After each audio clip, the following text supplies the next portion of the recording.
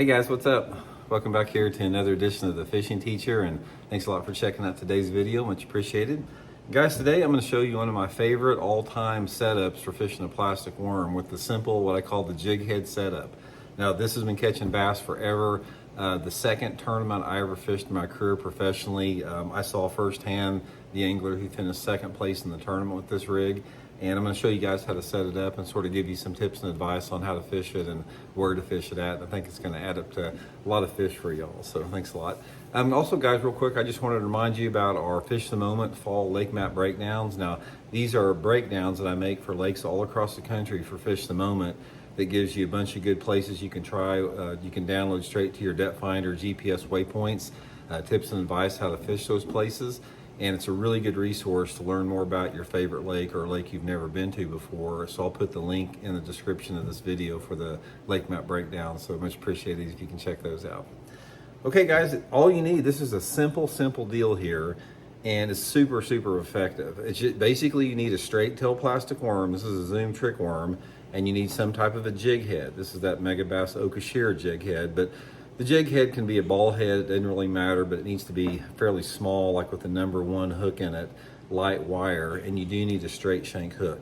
So what I do with guys, my favorite is to take this Zoom trick worm here, and what I do is I pinch it off right below the egg sac here. See, here's the egg sac, and I'll just simply pinch it off right there.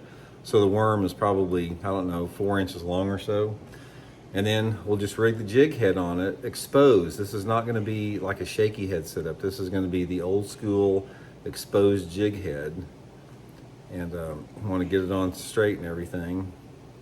Now, a lot of times also, guys, I would match the head. This is just one I had, but a lot of times I'd match the head color to the worm color. So I keep fingernail polish, and I'd probably touch that up with some brown or some green on there. But that's the setup, guys. It's a simple jig head worm here. Now, this is sort of like the original finesse bait. It sort of came along before, like a shaky head or a Ned rig or a drop shot. And I drew out an angler named Tommy Martin down at Sam Rayburn Lake in 1986, which is my second BASS tournament.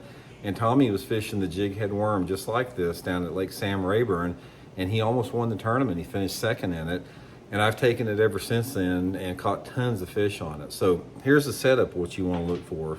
First of all, it works best in clear water environments. So you need to have water visibility. I like it at least, say, 3.5, 4 foot clarity, pretty clear water. And it helps if you got like spotted bass in the lake. You can catch them on a straight smallmouth or a straight largemouth lake. But if you have one of those lakes that has both largemouth and spotted bass in it, spotted bass love this, guys. All you guys fishing Lake Lanier in Georgia or East Tennessee or Ozarks Lake, guys, you can just load the boat on these things as far as catching a bunch of fish on them. So what you're looking for is clear water. You got to use light line on it. Usually I use 6-pound test Seagarn VizX line, and then I'm basically fishing it in and around any place that's good for the year, for the season that I'm fishing. Say, for example, if I'm fishing it in the springtime of the year, I'll concentrate on the spawning type banks, the flatter banks. If I'm fishing it during, late spring and early summer, when the fish are a little bit deeper, I'll move out like to the main lake points. And then I'll stay on the main lake points all the way through the fall. And like in the winter time, I'll take these and I'll fish them along a bluff bank, like a rocky bluff bank. Just throw it up against the bluff, let it fall down into 5 to 20 foot of water. And it will get you a lot of bites, guys. But you don't want to overwork it. Just throw it out there, let it hit the bottom, and just sort of, shake it back a little bit. Let it hit the bottom, keep it on the bottom, shake it gently with your rod tip, let it fall back down, shake it gently.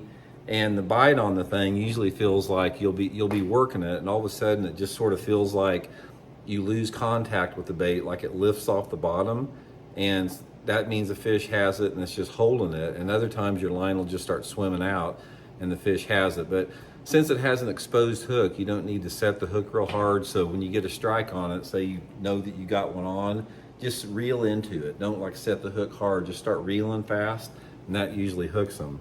But most of the time, guys, I'm using a green pumpkin or watermelon color, just something like that. It's one of the simplest ways that you can have to catch bass, and it's super effective even today. So anyway, give it a try. I hope it helps out, and we'll talk later.